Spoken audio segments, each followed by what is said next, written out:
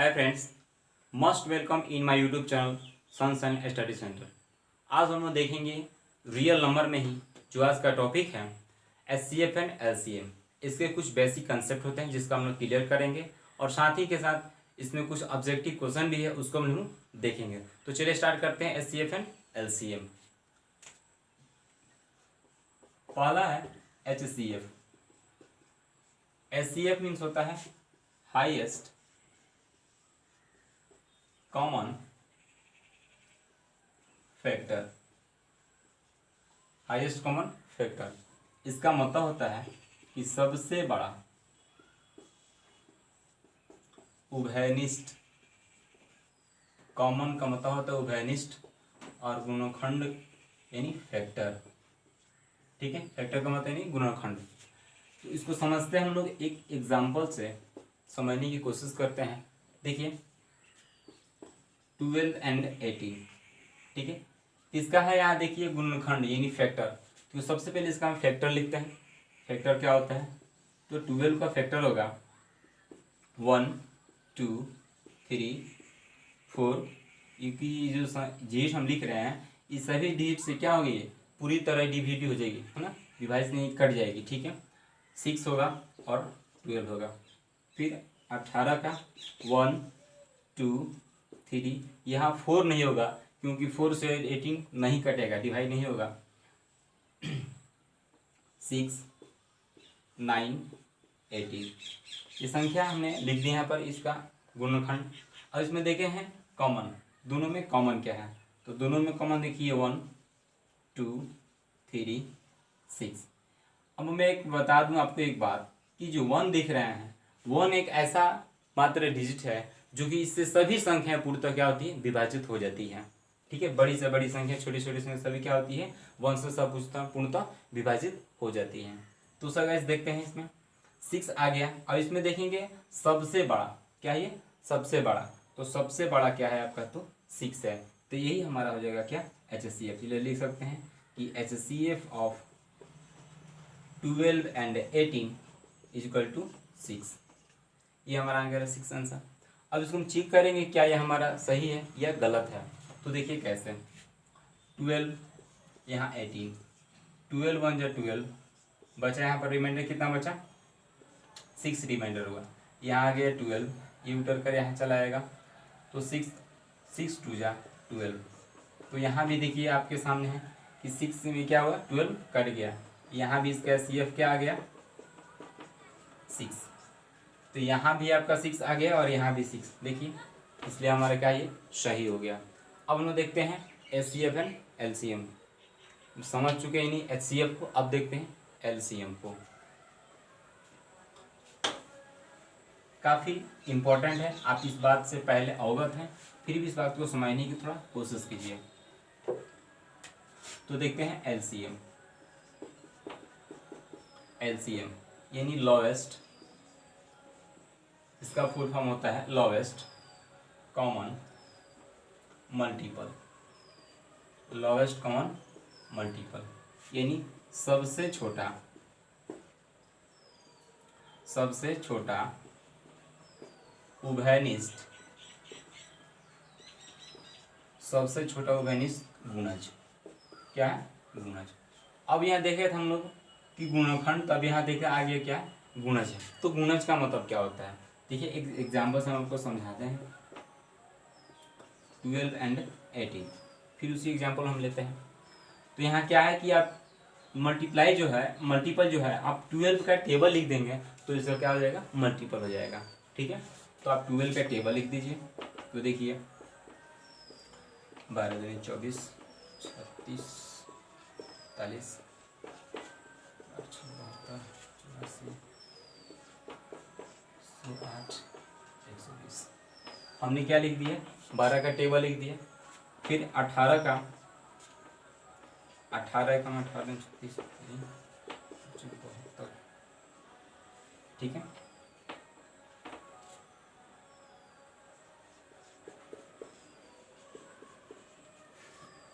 108 108 का हो जाएगा यहाँ पर 126 144, 162, 180। ठीक है, इस तरह से हम इसको देख लिए, दोनों का हमने टेबल लिख दिया। अब इसमें देखेंगे दोनों में कॉमन क्या है, दोनों में कॉमन क्या है। तो देखिए दोनों में आपको कॉमन क्या दिख रहा है उसको पहले देखिए आप लोग। उस दोनों में कॉमन है यहाँ पर क्या है 36 है, यहाँ भी क्या है 36 है। अब यहाँ देखिए और क्या मिल रहा है, तो 72 है और भी क्या है 72, और कुछ मिल रहा है, यहाँ आपको कुछ नहीं मिल रहा है और इधर कुछ नहीं मिल रहा है। ठीक है, अब इसमें क्या करेंगे कॉमन लिख देंगे 36, 72। अब इसमें क्या है सबसे छोटा, यानी सबसे छोटा इसमें से क्या है, तो सबसे छोटा आपका क्या है 36 है। तो ये आपका हो जाएगा LCM इक्वल टू 36। अब इसको हम देखेंगे कि क्या ये हमारा LCM जो आया है वो गलत है या सही है। तो देखिए चेक करके आपको मैं बताता हूँ। यहीं पर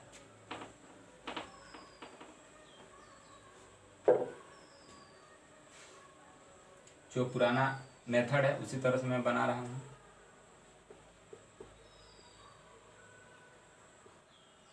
ठीक है, इसको सबसे छोटी अभाज्य संख्या से कटाते हैं, 2 हो गया, यहाँ 6, यहाँ 9, फिर 3 से, फिर 2 6, 3 3 जा। ये तब तक क्रियाकलाप करते हैं जब तक लास्ट में क्या नहीं है 1 आ जाए। तब जब 1 आ जाता है उसको हम क्या करते हैं, उसे वहीं पे स्टॉप कर लेते हैं। 3 1 जा 3, फिर 3 1, फिर 1 3। अब इसको हम क्या करेंगे मल्टीप्लाई कर देंगे। तो देखिए LCM बराबर 2 3 2 3। देखिए 2 3 जा 6 और 2 3 जाएगी कितना हो गया 6, 6 इसमें चाहिए तो 36 आ जाएगा। यहाँ भी हमारा 36 आ गया, यहाँ भी हमारा 36, इसलिए क्या हो गया हमारा LCM सही है। तो इस तरह से हम LCM और HCF को समझें। अब इसमें देखते हैं इसके कुछ रिलेशन होता है इसके साथ, LCM और HCF के साथ, उसको हम लोग देखने की कोशिश करते हैं। तो आइए देखते हैं LCM और HCF के बीच कुछ संबंध है, उस पर हम लोग कुछ सवाल देखते हैं। यहाँ देखिए LCM A into multiply HCF A into B is equal to A into B। ये जो आपका क्या है, आपका एक फार्मूला है, इसके साथ रिलेशन होता है, उसका आप ध्यान में रखेंगे। A का मतलब होता है कि पहली संख्या, A मीन्स होता है पहली संख्या, और B का मतलब होता है दूसरी संख्या। क्या होता है दूसरी संख्या। ठीक है, हम लोग देखते हैं कुछ क्वेश्चन को। दो संख्याओं का मौसा का मतलब होता है HCF तथा लसा 182 है। यदि उनमें से एक संख्या 26 है तो उसकी दूसरी संख्या ज्ञात करें। ठीक है, इसको हम सॉल्व करते हैं कैसे। देखिए इस फॉर्मूला पे बेस आपको जो क्वेश्चन दिए रहेंगे उसमें तीन चीज उसमें दिया रहेगा, कोई एक फाइंड आउट करना होगा आपको, या HCF निकालना होगा, या LCM निकालना होगा, या पहली संख्या या दूसरी संख्या, कोई एक संख्या आपको निकालनी होगी। तो चलिए हम लिखते हैं जो दिया हुआ है। तो HCF कितना दिया हुआ आपका, HCF है 13, LCM दिया है नहीं, LCM हमको नहीं दिया है, LCM बराबर 8, यानी कुछ नहीं दिया हुआ है। अब देखिए यहाँ पर पहली संख्या यानी A का मान, पहली संख्या A का मान कितना दिया हुआ है 26 दिया हुआ है। देखिए कहीं दिया हुआ है 26, हाँ पहली संख्या देखिए तो एक संख्या 26 है ना। B दूसरी संख्या दिया है नहीं दिया हुआ है। ये आपका A और B मतलब यहाँ समझने वाली बात है कि जो आप यहाँ देख रहे हैं ये लसा सर यहाँ पर दिया हुआ है 182, पहली संख्या दिया हुआ है, दूसरी संख्या आपको निकालना है। ठीक है, इसमें फॉर्मूला लिखेंगे कि दूसरी संख्या equal to LCM into HCF बटे पहली संख्या बटे पहली संख्या। अब देखिए 182 LCM कितना है 182 मल्टीप्लाई कितना है आपका 13 बटे 26। ये 13 से 26 दो मरतबे कट गया, और 2 से ये 82 है, आपको ये कट गया, कितना मरतबा है 91, यानी 91 मरतबा है। ये आपका हो गया आंसर। ठीक है, इस तरह से आप इसको सॉल्व कर सकते हैं। अब दूसरा है नेक्स्ट क्वेश्चन। नेक्स्ट क्वेश्चन क्या कर रहा है देखिए, यदि HCF 96 इक्वल टू 4 है तो LCM 96 इंटू 404 का मान ज्ञात करें। यानी इसका मतलब कि यहाँ पर ये A का मान दिया हुआ है, ये B का मान दिया हुआ है, ठीक है, और ये जो कह रहे हैं कि HCF इंटू इतना, ये जो हो गया आपका क्या है HCF दिया हुआ है, यहाँ भी A इंटू B का मान है ये, ठीक है, और LCM यहाँ पर नहीं दिया हुआ है, LCM का मान निकालना है। तो चलिए हम लिखते हैं HCF बराबर, लिखते हैं जो दिया उसको पहले हम लिख लेंगे। तो HCF बराबर, या पहले जो फॉर्मूला में है उस पर आप देखकर बना सकते हैं डायरेक्ट, तो चलिए आपको वैसा ही बनाते हैं डायरेक्ट। ठीक है, तो LCM नहीं दिया हो तो LCM लिख देंगे इनटू, अब यहाँ देखिए LCM जो है उसके बाद क्या होता है HCF का मान कितना है बताइए, तो HCF का है 4। चलिए A इंटू बी, तो A का मान कितना है 96 और B का मान है 404। अब हमको निकालना क्या है LCM, तो लिखेंगे LCM equal to 96 into 404 by 4। अब देखिए ये जो 4 से 96 जो है ये 24 मरतबे कट जाएगा, ठीक है, अब बचेगा कितना ये 404। तो आप 404 में 24 से मल्टीप्लाई कीजिएगा, आप कर लीजिएगा, है ना, मैं दिखा देता हूँ यहाँ पर, ठीक है, तो 9696 आएगा इसका आंसर, ठीक है, 9996 आएगा आंसर, ठीक है। ठीक है, इस तरह से हम इसका क्वेश्चन को सॉल्व कर दिए। अब इसमें हम देखते हैं कुछ ऑब्जेक्टिव क्वेश्चन जो कि काफ़ी इंपॉर्टेंट है। तो देखिए किस ऑब्जेक्टिव क्वेश्चन,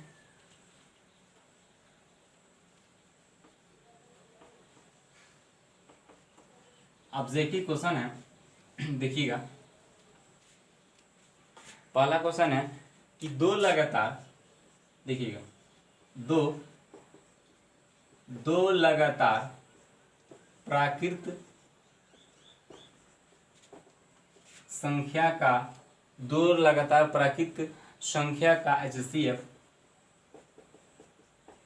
एक होता है। दो प्राकृत संख्याओं का HCF एक होता है। चलिए मैं आपको बताता हूं कैसे। दो प्राकृत संख्या कोई ले लीजिए, कोई भी, तो दो प्राकृत संख्या ले लीजिए 5 6, ठीक है, 5 6। अब इसमें डिवाइड करते हैं, HCF निकालते हैं जैसे हम लोग पहले निकालते थे। तो देखिए यहाँ 5 हो गया, यहाँ 6 हो गया, तो 5 1 जा 5, यहाँ बचेगा 1, यहाँ गया 5 1 5 जा 5। देखिए यहाँ पर HCF क्या आ गया 1 आ गया। इस तरह से कह सकते हैं कि दो प्राकृत संख्याओं का HCF क्या होता है, हमेशा एक होता है, ठीक है। नेक्स्ट अगला है दो लगातार सम संख्या का HCF 2 होता है। संख्याओं का HCF क्या होता है 2 होता है। तो चलिए इसको मैं दिखाता हूं कैसे 2 होता है। कोई दो लगातार दो सम संख्या ले लीजिए, मान लीजिए यहाँ पर हम 14 ले लीजिए और 16 ले लिए, ठीक है। तो इसको हम क्या करेंगे HCF निकालेंगे। तो HCF निकालेंगे, देखिए जो आपका ओल्ड मेथड है उसी तरह से। तो 14 1 जा 14, यहाँ बचेगा कितना आपका, यहाँ बचेगा 2, रिमाइंडर कितना बचेगा 2, फिर यहाँ जाएगा आपका 14, तो 2 7 जा कितना हो गया 14। इस तरह से आप देख सकते हैं कि यहाँ HCF का आ गया, HCF बराबर क्या आ गया आपका 2। सही है। अब हम नेक्स्ट देखते हैं। नेक्स्ट बात, नेक्स्ट है दो लगातार विषम संख्या का HCF, दो लगातार विषम संख्या का HCF एक होता है। क्या होता है, एक। तो चलिए इसे भी हम लेके एग्जाम्पल से देखते हैं, सर्टिफाई करते हैं क्या ये सही है। तो दो लगातार विषम संख्या ले लीजिए, मान लीजिए यहाँ पर क्या है 5 और 7 ले लिए, क्या ले लिए 5 और 7, ठीक है। अब इसे हम चेक करते हैं 5 7, 5 1 जा 5 1, सॉरी यहाँ क्या बचा 2, रिमाइंडर 2 बचा, फिर यहाँ 5 जाएगा तो 2 2 जा 4 बचेगा, रिमाइंडर 1, फिर 1 से यहाँ पर 2 से डिवाइड कीजिएगा तो 1 2 जा 2। देखिए यहाँ पर क्या आ गया एस सी एफ क्या आ गया 1, हमारा भी एस सी एफ क्या था यहाँ पर 1।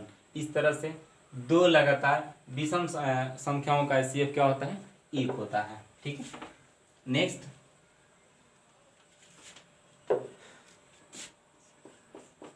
किसी भी, देखिए किसी भी दो अभाज्य संख्या का HCF 1 होता है, क्या होता है 1 होता है। अब इसे हम भी चेक करते हैं क्या ये हमारा कथन सही है या गलत है।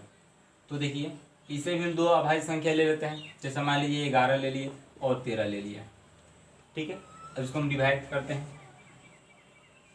11 13, यानी 11 1 जा 11, बचेगा यहाँ पर रिमाइंडर कितना, तो रिमाइंडर बचेगा आपके पास 2, ठीक है। अब 2 हो गया तो यहाँ 11 जाएगा तो 2 4 जा 8, 2 4 जा 8, तो यहाँ बच गया आपका 3, रिमाइंडर 3 हुआ, फिर यहाँ 2 आएगा तो 3 1 जा, सॉरी यहाँ बचेगा आपका कितना, सॉरी 2 5 जा 10, 2 5 जा 10, यहाँ बच गया 1, यहाँ जाएगा 2, तो 1 2 जा 2। इस तरह से हम यहाँ देख लिए कि क्या हो गया 1 एक रिमाइंडर है, 1 से हमारा क्या आ गया SCF आ गया, लिख सकते हैं क्या SCF बराबर 1। तो यहाँ देख लिए दो अभाज्य संख्याओं का HCF 1 होता है। इस बात को आप अच्छी तरह से याद रखिएगा और इसको आप बढ़िया से कॉपी पे नोट कर लीजिएगा। तो सो गाइस नेक्स्ट वीडियो में हम देखेंगे एल्गोरिथम विभाजन का, है ना, जो प्रमेय होता है उस पर कुछ आधारित कुछ क्वेश्चन देखेंगे और उन्हें देखेंगे ए बराबर, यानी देखेंगे उस पर क्या ए बराबर BQ + R, ये थ्योरम क्या कहता है।